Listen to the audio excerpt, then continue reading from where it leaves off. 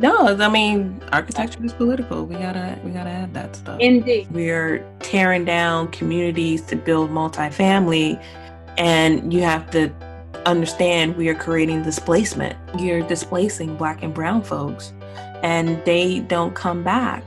Half of this podcast would be dedicated to the history of Tyler House, my journey and my discoveries, and hey, I'm going to solve this housing problem. Hey guys, what's up? My name is Melissa Daniels. This is the Architecturalist Political Podcast where Black and brown folks talk about architecture. I hope you enjoyed this podcast and be part of my storytelling. This is my first episode since the election. This interview took place with Anna the day after the election.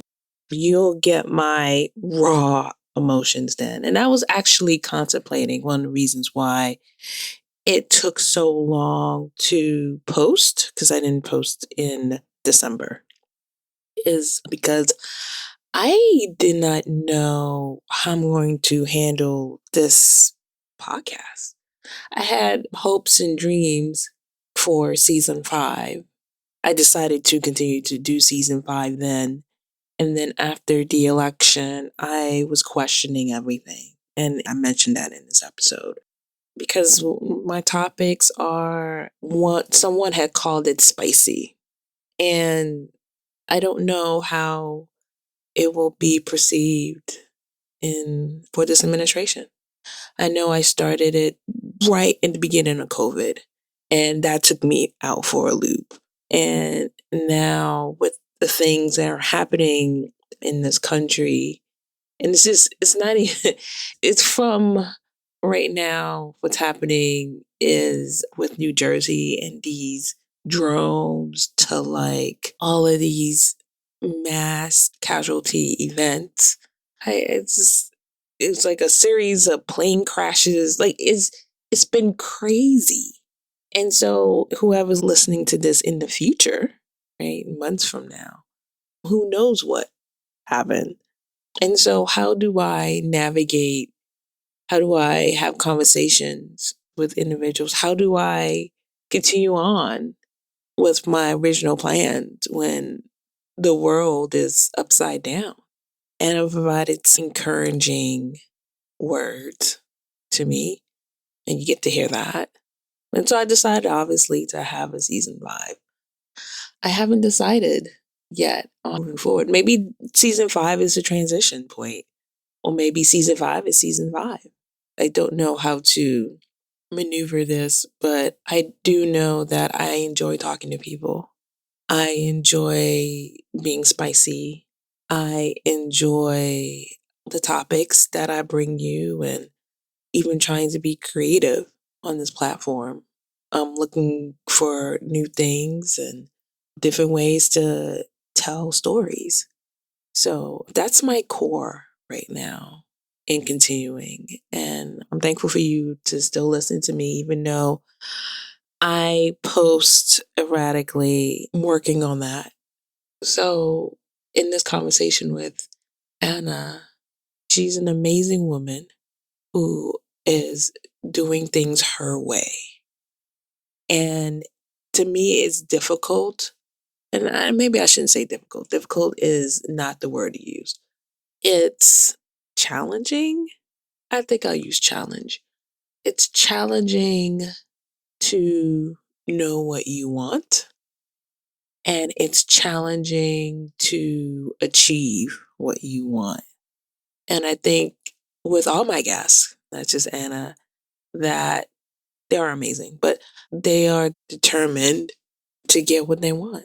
And it's funny because I ran into Hazel Edwards a couple of months back, and we ended up talking. And she always goes back to what we discussed during that interview and how she hasn't grown up yet. She's still looking for her big girl job. And I don't know, it just puts things in perspective. She's an amazing, accomplished woman too, in the sense that we are all still looking for our big girl jobs, or big person jobs, I should say. In this episode, we talked about East of the River Design Center, her current job, as well as her accent and her being from Mississippi. That happens towards the end. So I don't know. I don't know where this podcast will take me. I'm excited for the ride. I have an amazing lineup of people. And yeah, thanks for listening.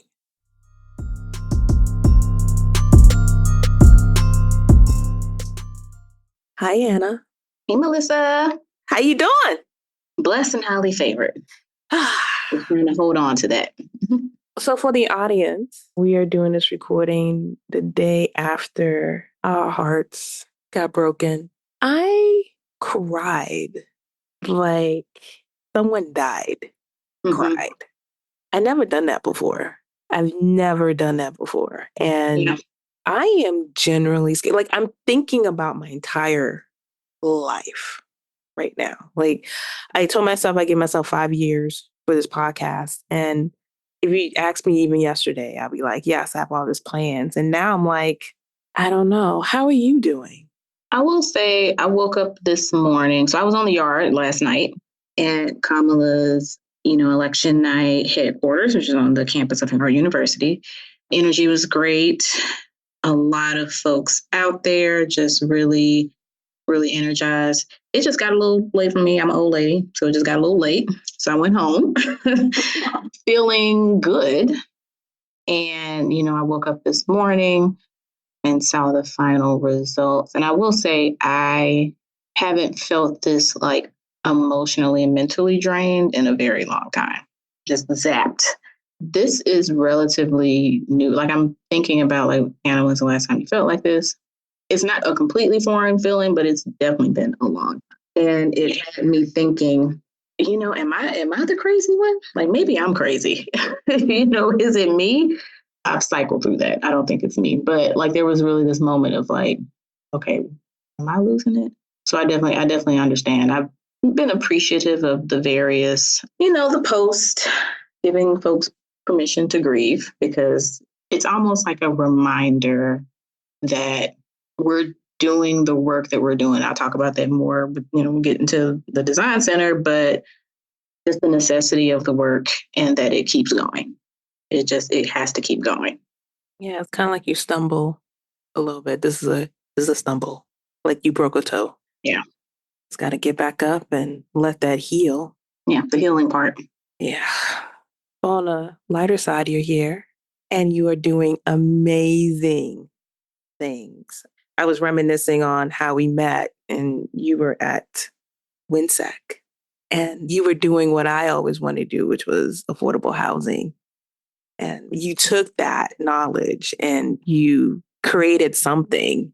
And this is why you're here, to talk about that something that you created. Well, assuming that you created or collaborated, because your title is executive collaborator. Exactly. At the River East Design Center. And I really want to know, like, how did this get started? Like, what was the seed? Where were you in your career trajectory when this started?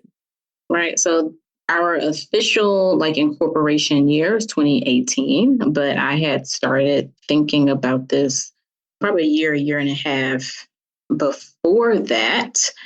And it had always been something in my mind because I had volunteered with the Neighborhood Design Center, which is a community design center in Maryland, and just had done a lot of similar work in college and graduate school, and when I moved back to DC after leaving for a few years.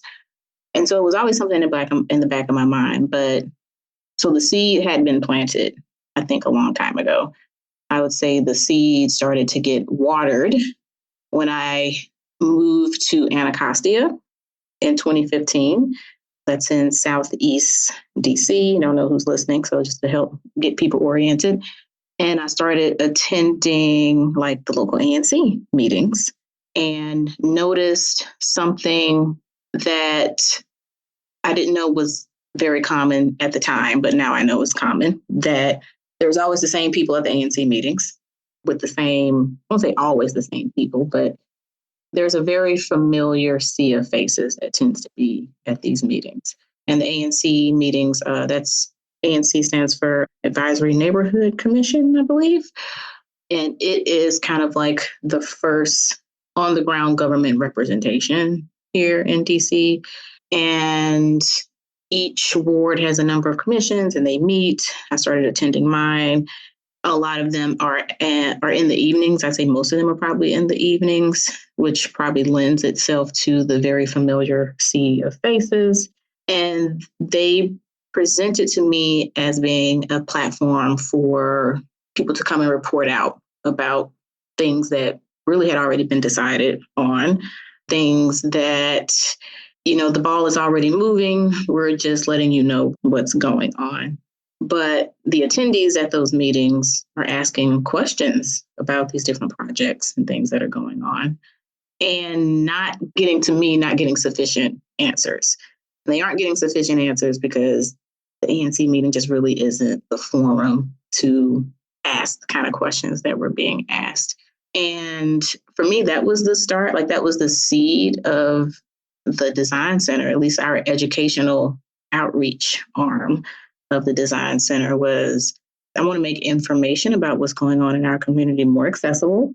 And I want to equip residents with background knowledge that would really be helpful before you go into an ANC meeting so that they're prepared to engage, whoever, let's say the development team that is at the meeting presenting, they are better prepared to engage that team with questions that hopefully can get, answered that evening. But then also, how can I provide this information in a time and in a place that is more convenient for more people versus like a Tuesday at, 7:00 when, I don't know about you, but I'm hopefully eating because I'd love to be in bed in 2 hours. But that can be kind of difficult for a lot of people if you're also trying to attend this meeting. So I'd say the seed was planted. That's how it got watered when I moved into the neighborhood and started attending these ANC meetings. What made you go? You was like, I have nothing to do. I'm sitting at home. Let me just go to an ANC meeting. Was something happening in the neighborhood? Well, Melissa, I'm nosy, one. But, I had been to an ANC meeting. So I used to live in Fort Totten. So that's another neighborhood in DC in Northeast.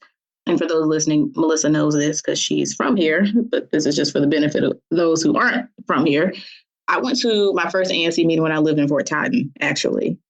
And there might have been 4 people in there in the whole meeting. We were talking about DC statehood also at that particular meeting. And I actually don't remember how I found out.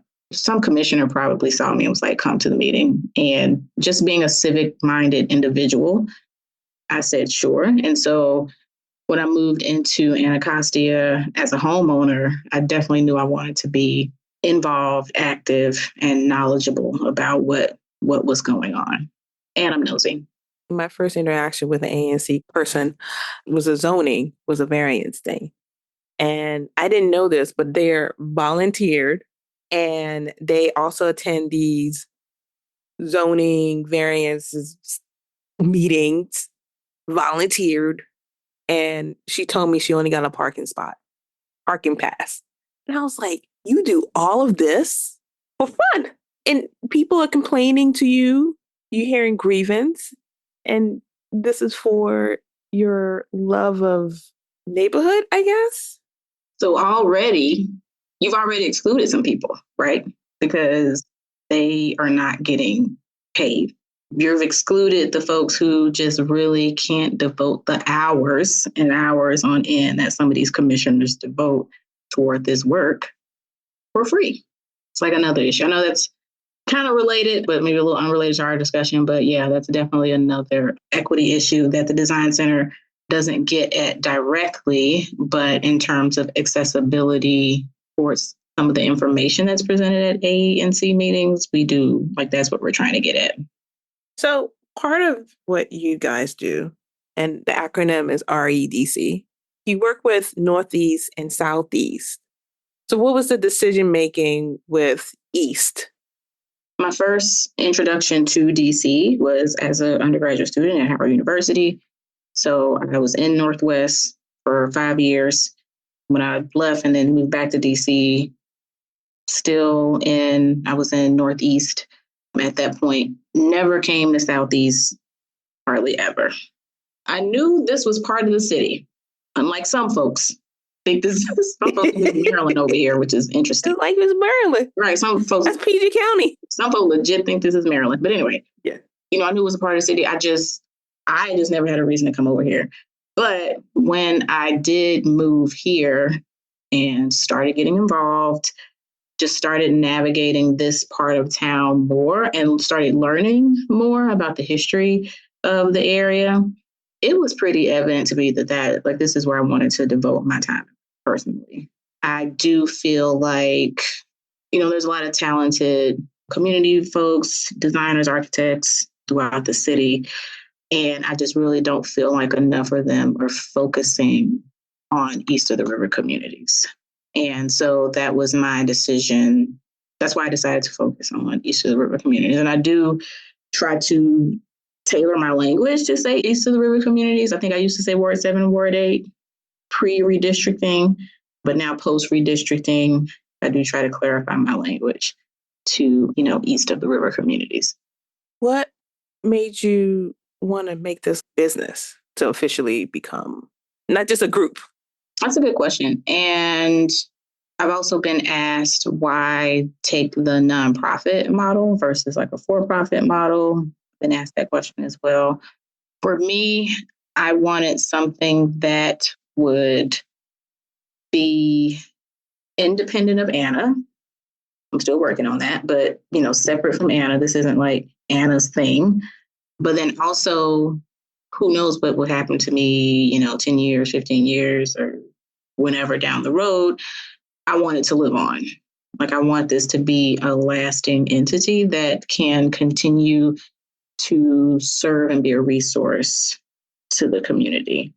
And in terms of why make it like a nonprofit as opposed to just like a group, there are some benefits of being an official nonprofit organization, being able to apply for grants, being able to, for instance, the River East Design Center is one of the community design centers listed by NCARB as a design center that you can volunteer for your, I think it's called APX now, APX units. So I wouldn't be able to do that if I was just a random group of folks. Right. And, just the tax benefits, things like that, it made a little bit more sense to me. I did attempt to go the fiscal sponsorship route first. The amount of time I was putting into that, I was like, I might as well put this time into just getting an actual 501c3 cert. So went that route. What's your outreach looks like? That is constantly evolving as neighborhoods, and communities evolve. But I learned pretty quickly that at least my immediate kind of community responds really well to flyers, which is interesting because that wouldn't have been, I would have been strictly digital just for the sake of, right. Let's cut down on paper. But if your community isn't responding to that, then you need to shift gears. And people over here like flyers. So we do a lot of flyering. There are a few organizations that I know if I send it to them, it's going to get like a wide distribution. So partnering with trusted entities, because we are still relatively young. We're only 6 years old. And there's organizations that's been working in the community for 20, 30 years. So partnering with organizations that are trusted within the communities to help spread the word for different things. There are a few what I call like hotspots that I like to put different information in. Anacostia Library is one of them. Some of the corner markets that folks frequent. There are a few social media influencers. I'm bad at social media, but there are a few of them that I follow because I see them posting a lot of things related to East of the River communities, and I'll send them things. It's really organic. And like I said, the flyer thing required just some flexibility on my part because that would not have come kind of top of mind to me initially. So I'm always just trying to maintain flexibility when it comes to communication. with different groups. So what does your services look like? So we are divided into two main service divisions, if you will. We have an education and outreach arm, and then a design services arm. And for people who aren't familiar with community design centers, I loosely describe them as nonprofit architecture firms that have a advocacy or more of an engagement focus to them. And so on that advocacy and engagement piece, we focus on delivering informational like workshops on topics like real estate development or how to navigate DC's interactive zoning website. We did one on like what is affordable housing, just kind of breaking that down, because at these ANC meetings, it's pretty clear that there's just a lack of understanding about what affordable housing. And it's complicated. It's complicated. It's like AMI. What's an AMI? You know, that type of thing. Exactly. Yeah. So we did one session a few years back on what is affordable housing. And so pre-COVID, we were still doing those sessions in the evenings. They would be shorter. We would provide food for folks. That's another thing about ANC meetings. You want people to come out in the evening, 2 hours, and you ain't feeding nobody. Anyway. Yeah, right. So pre-COVID, we were doing them in person. Of course, during COVID, we switched to virtual stuff like everybody else. And we've pretty much been virtual ever since. But what I was able to develop through the Public Interest Design Fellowship with the DC Public Library and the Goethe Institute was a mobile educational outreach program where we still do the virtual portion of the program, but then we create a graphic poster, if you will, and we'll print copies of that graphic poster, and we have a mobile cart that we can assemble, and we'll go around to what I call informal community gathering places, which we went out to, what is the name of that park? Anyway, it's a very active park right at MOK and Malcolm X. So we pulled up there one Saturday with the cart and our pullout. Can't remember what we were talking about that day, but the idea is we want to go to places where people already are and present these pretty complex and dry topics in as fun and simple of a way as possible. And so that is our educational outreach arm. And as a complement to that, I personally, and then some of my volunteers actually, will go to things like a STEM day, if they're looking for vendors at, a STEM day, or like AIA DC does like an intro to architecture after school program. And I facilitated that one year. So we'll do things like that as well. And so that's education outreach. On the design services arm, we focus on projects that are in the concept stage, so very early. And then we focus on other nonprofit organizations or community groups that are doing work in our target community, so doing work east of the river. And the idea behind that, that comes from my experience working with some of these nonprofits back when I was more so in the traditional architecture space, and just understanding how, if you've never worked on a building project before, it takes you a while to kind of get yourself together, get the staff together, just get together enough to even start engaging your design team. So we try to remove some of that time, make that time frame a little shorter by helping an organization with their concept development for whatever their building project is. So we're not full service. We're not taking a project all the way through to construction. We are really getting organizations prepared for that relationship with a full service firm, with the exception of one project that we did take through to construction, but that was kind of a one-off. Is that the one with Ursula? So that was a small business kiosk that we designed for the 11th Street Bridge Park. So once individual organization, you've done the schematics, basically, do you help them find other architects or whomever to continue on? So we've done 2 of those to date. And the first organization, it was really more like, actually the first, and this is where it gets interesting, because the first organization, they had the concept together. They were like stuck in permitting, and we know how that can be. So we helped them get out of that and navigate that. It was more of like a design build type of thing. And they had already had some volunteer work. Like the project was pieced together via volunteer work anyway. You know, if you ever worked on any of this, like pro bono work within a practice, it gets lost easy. Like folks spend a few hours on it or a few weeks or months on it, and then they move on to like the next project. In this particular organization, I just think they had kind of put together some pro bono work, and now they needed some permit comments responded to, as well as just some general navigating of the documents that they did have. And so we helped them with that. So that was a little different too. But then the next organization where we were able to come in even earlier with them, the information that we provided them, they have been using that to fundraise for the next phase of the project. So I'm thinking that we'll get more projects like that where folks need that first step so they can really start generating interest in whatever the project is and start raising money for the project. What was your reason not to move forward, like to stop at schematic? Is it because you don't want to be in that whole waiting, like you just mentioned, you jump onto another project and it kind of... Yeah.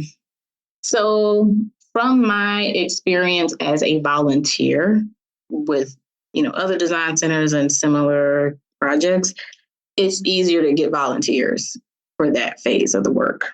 Therefore, we can keep costs pretty minimal. That makes sense. Yeah, that makes sense.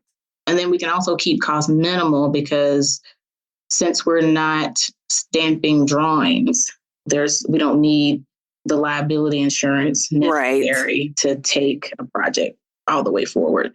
Gotcha.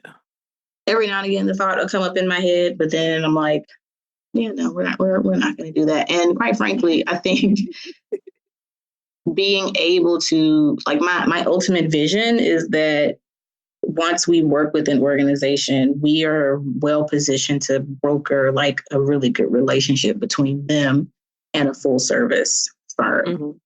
And maybe even continue to keep the cost down if I had some volunteers that can do some of the tasks that the full service firm, some of those easy tasks to pull off. So that's like my grand vision. I want to pivot a little bit. Like you mentioned earlier, you were a fellow with the Public Interest Design Lab. How did that help you cultivate REDC?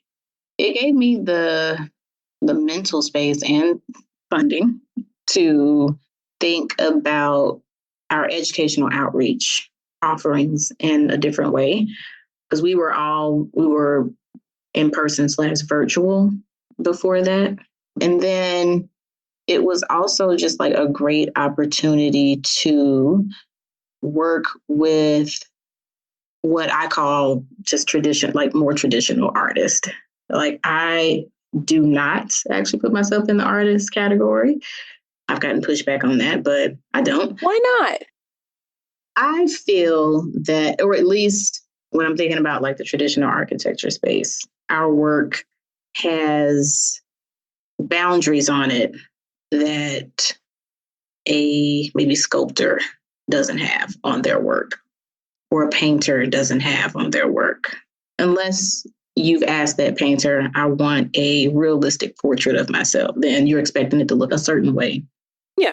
But, most of the time, you go in a gallery, you see an artist's work, like, I like that. I want to buy that and put it on my wall. Like, we don't work like that. People tell us what they need, what they want, and we infuse our creative vision with it and help them formulate their vision. And we add some of ours into it also. And maybe someone would consider that as there's an artistic process to it for sure. But I don't consider myself to be an artist in the traditional sense, not in the way that I practice architecture, at least. So when you were studying, back when you were in school, you didn't care for that artistic things they like to make you do in studio? Oh, I loved it. And then you get into actual practice and you do that. And then you have your client come in and say, I love this, or I hate this, change it, or something to that effect. Like that's the part I don't feel like traditional artists have to deal with that portion. Like I said, unless you ask someone to paint your portrait, a realistic portrait of yourself, and it comes out looking nothing like you, and then you're like, I want Picasso, okay? I want a front and a side all in one. that's different. You say that's you saying, give me your interpretation of my face. What do you think my face look like? But it was a really good experience, and I enjoyed working with that group. We still talk, we still get together. We had a number of presenters come and like present to us throughout the fellowship, which was really interesting as well. I won't say I learned a lot, but I was exposed to the like practice of archiving within like the art and library system, and how like the equity issues that are actually presented within that, which I had never even thought about. So it was, as an architect, it's always good to be in spaces like that, because even if I'm not creating a building, unless you're like a developer architect, but even if I'm not like creating a building or a space that is just for me and my client just has to accept it, being in spaces like that is still helpful to my creative process. So you're 9 to 5. You are a senior equitable development manager at the 11th Street Bridge Park. When I saw that you made the transition out of traditional practice, was it because I am so sick of this stuff? Like I am out of here. Or was it an opportunity? It could be both, but an opportunity was like knocking at your door. It was an opportunity. Yeah, it was definitely heavy on the opportunity part. Like I'll never be sick of architecture, ever. It's a low-key cult that has its hooks in me. So. It is a cult. So I'll never be sick of it. But I just couldn't pass this opportunity. And again, for the listeners, the 11th Street Bridge Park is a pedestrian bridge park that will span the Anacostia River, connecting the Anacostia neighborhood with the Navy Yard, Ward 6 Navy Yard neighborhood across the river, which is less than a mile. It's going to be less than a mile from my house. Actually, from my front door to the other side of the existing 11th Street Bridge is exactly 1 mile, because that's my running route back when I was doing that sort of thing. So it's really, really close. So I couldn't miss out on an opportunity to work on such an impactful project in my neighborhood, for sure. The 11th Street Bridge project has been going on for a very long time. Like I remember inviting him at the Women in Architecture series because his community engagement was like, he was on top of it. What's his name again? Scott Cracks. Scott was on top of it. Like, it's like every day he was talking to somebody. Every day he was like on the ground, on the boot for over a decade. It's a long time. Yeah. So where are you guys with that right now? And what does your title mean? What does my title mean? That's a great question. Really, since I started, I've been workshopping different titles for myself, because it's like a bunch of words and you know what all the words mean, but what do they mean together for real? What do they mean? What do they mean? The way I describe the title, I kind of do it backwards, and I describe like what I do first. And describing what I do first means I also have to talk about our equitable development plan. This is a long story, please bear with me, but I'm basically answering, what does my title mean? The bridge is the physical infrastructure. The equitable development plan is the social infrastructure part of the project. And I also call it an anti-displacement plan. And so I am the facilitator of that plan, which is on our website. It's a series of strategies that are broken up into 5 different sections: housing, small business development, workforce development, arts and culture, and health and wellness. And there's strategies under each one of those. And I'm basically making sure that our programming fits into those strategies and that we are tracking our progress, that we're doing what we say we're going to do, and that we're constantly reevaluating the plan to make sure that it's being responsive to the community's needs. So that is what I do. That is a very long definition of what it means to be the Senior Equitable Development Manager. I'll just give you for instance, today was a little different given the day that it is. So my head was a little not in the game, but we have a number of housing strategies and we are piloting 2 additional housing strategies. We just finished up a pilot program where we provided AC units to residents that don't have ACs in their units. In DC, a lot of other jurisdictions are like this. Apartments are required to provide heat. They're not required to provide AC. With our climate change, it's getting hotter earlier and staying hotter longer. And East Aurora communities have higher numbers of heat-sensitive populations. That means I'm more sensitive to heat because of a pre-existing condition like diabetes or heart disease, and are more adversely affected by not having access to a cool interior environment via, mechanical AC. Like, what does that have to do with the Bridge Park or equitable development? Well, one of our goals is that the community that has been here, particularly the ones that have been here helping us shape this project, are able to continue to stay in this community and reap the benefits of the project once it's actually completed. And living in an unsafe home or unhealthy home is just one more thing that could cause you displacement from that home. So we're tackling the displacement issue from a lot of angles. We have a home buyers club as well. So yeah. Scott has been on the boots on the ground for over a decade. Yeah.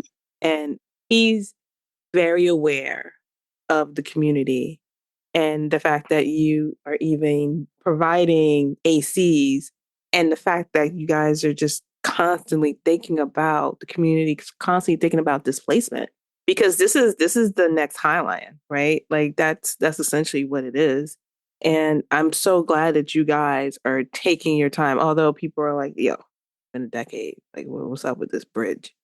Well, it's like the Frederick Douglass Bridge. I feel like that was like 7 to 10 years from conception to completion. Like, you don't throw a bridge up overnight. Very true. Very, very it's true. It's just not happening. So I really feel like we're probably on schedule, quite frankly. And mind you, we went through COVID times. So that time is lost. So I feel like we're probably, where we need to be. Yeah, I think so too. It's just the ADHD into everything. And Yeah. Well, and one thing that's really important that gets to the importance of deep community engagement is when you're working in a community that has been sold a lot of dreams, it's tough to hear folks talk about something for so long and then not actually see the something. So within the Bridge Park team, we are very intentional about moving swiftly, not recklessly, but moving swiftly on things that we can move on and showing the community that we are moving and implementing programs. I mean, the equitable development plan, for instance, the recent iteration, we have a section showing all the different programs that we've done. Like, that's a bunch of stuff that's already happened before we've even put a shovel in the ground. So it's been important to do that, being that the project, just by nature of what it is, does take a while to actually get off the ground. And you're building habits. So when people from the area constantly go to that area, right, to do programs or to participate in programming, when the bridge is finally up, that programs will continue. So they know, like, oh, hey, I'm still going to go to this familiar place, right? It may have changed a little bit, but it's still a familiar place. Right. I love that. Like, that's how you build community. Community isn't, something you pull up in a year or two. Right. It takes a long time. It takes time.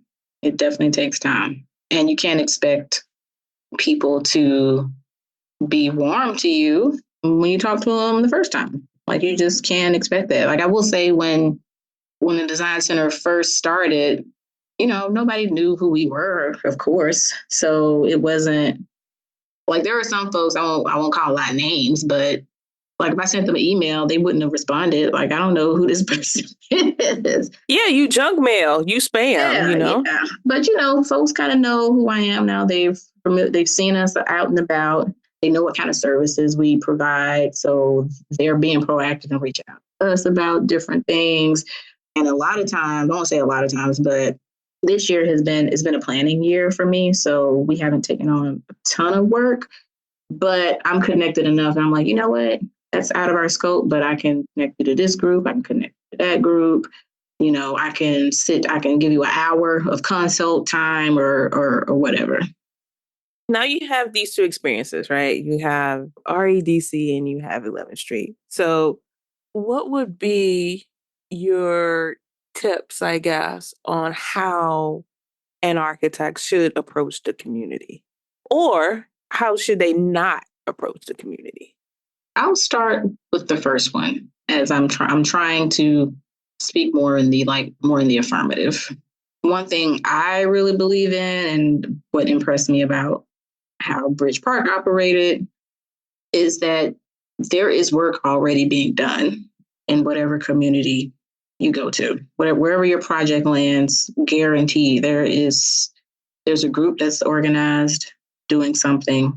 There is an issue that is being actively, discussed or debated or whatever. There's something already going on, and you don't have to reinvent the wheel when it comes to finding a forum or a network to, one, show up to and just listen. So that's one, just show up and listen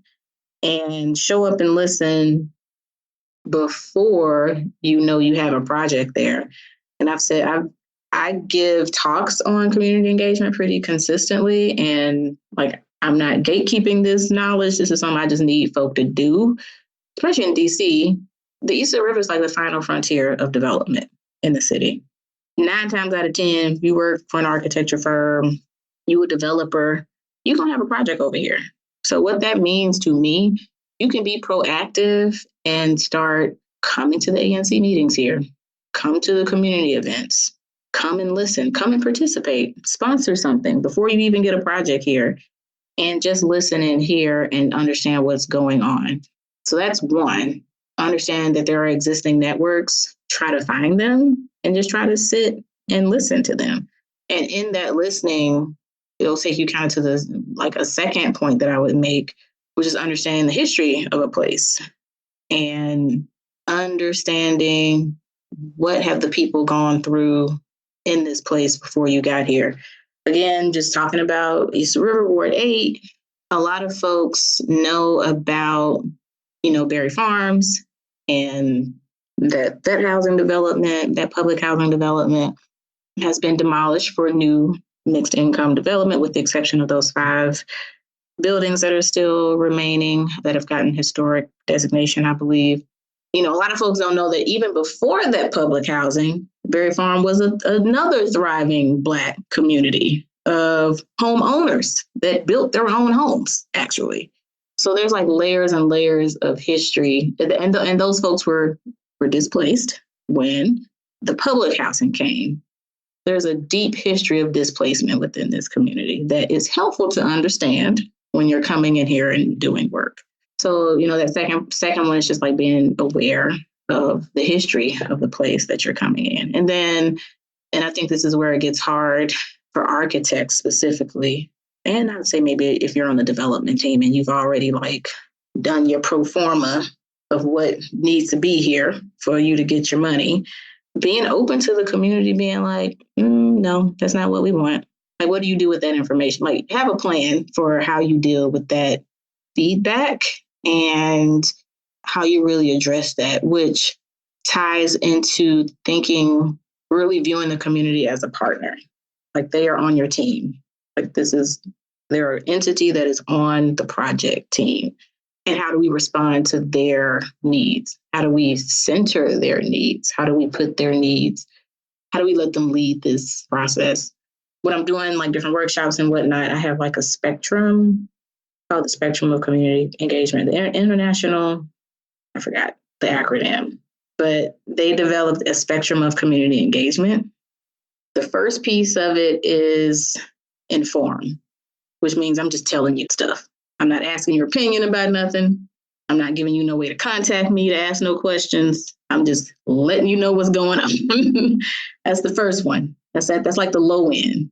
And sometimes it's appropriate to do that depending on where you are in the process. But then the other end is empower. And that means I'm letting you make the decisions. So and between there's like a whole other step, like a whole bunch of other steps. But I say strive for that end. Strive to do that.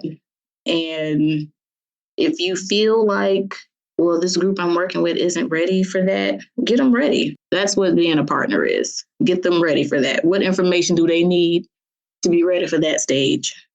That pro forma, I feel it's a feeling, right? I don't have any proof, although there probably is proof. It's not FUBU. It's telling you one thing is the thing. It's telling you one thing. That one thing is telling you is, how much, it's telling you multiple things, but if you're trying to understand what rents do I need to charge, how much do I need to sell this property for to get the profit that I want, like that's what it's good for. Yeah, it's a financial thing, but we know there's more that goes into that. Yeah, right. It's doing what it's supposed to be doing, but we need more things to be done when we are talking about real engagement work, community-centered design, community-centered development. It's like we need a grocery store. There's no grocery store. You got to go to Maryland or go on the other side of Pennsylvania Avenue to get food. And a pro forma would say, you good. Yeah, we can't have one here. And that's like another discussion. That's a whole nother thing. Other layer. But yeah, exactly. When you're just looking at your basic pro forma and that, your typical market analysis, it'll tell you one thing. And then you look in the community and you're seeing something else. So you's from Mississippi. Yes, ma'am. If you haven't catch that accent. Is that what I sound like? That's what you sound like, ma'am. I don't think that's what I sound like. DC don't talk like this. I do believe that, yeah. When's the last time you've been home? I've been home twice this year, actually. But the last time I went home was maybe like a month ago for my 20th high school homecoming. And it was the first time I've been home for a homecoming since my senior year in high school. So that was fun. It was a good time. It was good to see everybody, very, very lively. Nothing crazy happened. Like everybody was safe and just like having a good time. It was good to see, my classmates doing well. Yeah, that was a good time. That was the last time I was home. What do you miss? About home? Yeah. Is it the food? Is it the people? Is it the... Definitely food. I always tell people I'm moving back home eventually, and they're very shocked. Like, you would go back to Mississippi? And it's like, you know what? I understand, especially, as I saw Mississippi going to the president-elect, which wasn't shocking, but it was just kind of like, yeah, it's very on brand for Mississippi. But the food is great, and really, I like there's just like a standard of treating people, a base standard of hospitality that I appreciate. Just starting from a basic You ask people how they doing. You say hello. You're serious about it. Like you're waiting on them to respond. There's like a base level hospitality that I miss too. Like, good morning before you say. Heaven forbid you like greet somebody before you start making demands. Right. Trust me, I got checked plenty of times. I just got la. Good morning, Melissa. Like, my bad. Culture shock. I know you've been here for a while. You kind of left after college and came back. What are things that still shock you? I didn't have any culture shock. And really? I would say like the hospitality piece was different, but I wouldn't call it a shock. Like I still do this and have to catch myself a little bit when I say, hey, how you doing? And I'm kind of like waiting on somebody to respond. And I still got to get used to that. But I didn't really have a culture shock for real in DC. I had a culture shock when I moved out to California to the Bay Area, for sure. I would too. Yeah, which is why I didn't stay and I came back here. So it's like, I can have it. Goodbye. Peace out. What about the, like one of the things I usually get is like I have a mean mug on my face. I don't know if you ever caught that or not, but like I'm just not approachable. People have said that about me just all my life. So, yeah, I've gotten that. Matter of fact, my mother, God bless her, she's like, I may have mentioned it about somebody making a comment about it. And she was like, well, Anna, you do have a very flat affect. Listen to moms. And I was like, first of all, I didn't know what that meant. I didn't know that she word. She bust out with the SAT word. I didn't even know that word. But I looked it up. I've always had a flat affect, apparently. So I fit in when I got up there. So what's next? I know it's hard for me to think about the future right now. If we could go back to yesterday, what did your future look like? I mean, it may not have changed because of this, but I will say after I woke up this morning and got the news, like I said, I felt drained, I felt emotionally drained, but I eventually came back around to this is why I'm doing the work that I'm doing.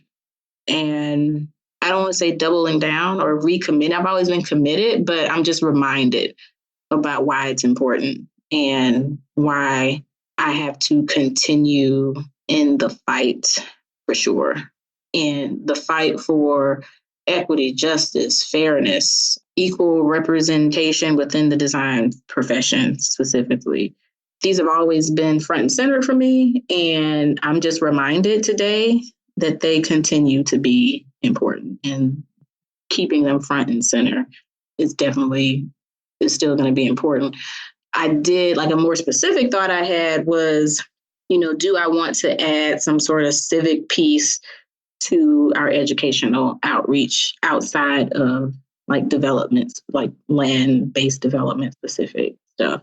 I did have that thought. I don't know if I'm gonna do that, but today I was like, what should I do? What should I do? And how do I take the message outside of DC borders? Is that for me to do? Like, who's already doing that work? How can I support that work? That's what I was thinking about. Okay. Well, Anna, thank you so much for coming on. It's been such a pleasure talking to you. Thank you for having me. Thanks for tuning in to Architecture's Political Podcast. I hope you enjoyed this episode and found it informative or at least entertaining. If you like what you heard, please share with others. You can also connect with Arcus Poly on social media, currently on Instagram as well as Facebook and Twitter. For more information, visit us on our website. It's arcuspoly.online, archipoll.online. I also want to thank our loyal supporters who have been with this podcast for at least 3 years. It means the world to me, and I'm totally grateful to have you part of this community. I will try to bring you the best content as possible, and I can't wait to share more amazing episodes with you. If this is your first time listening, or just like a particular episode, or all of them, you can support this podcast by going on glow.fm/ArcusPoly. Again, thank you for your support. It means the world to me, and thank you so much for listening.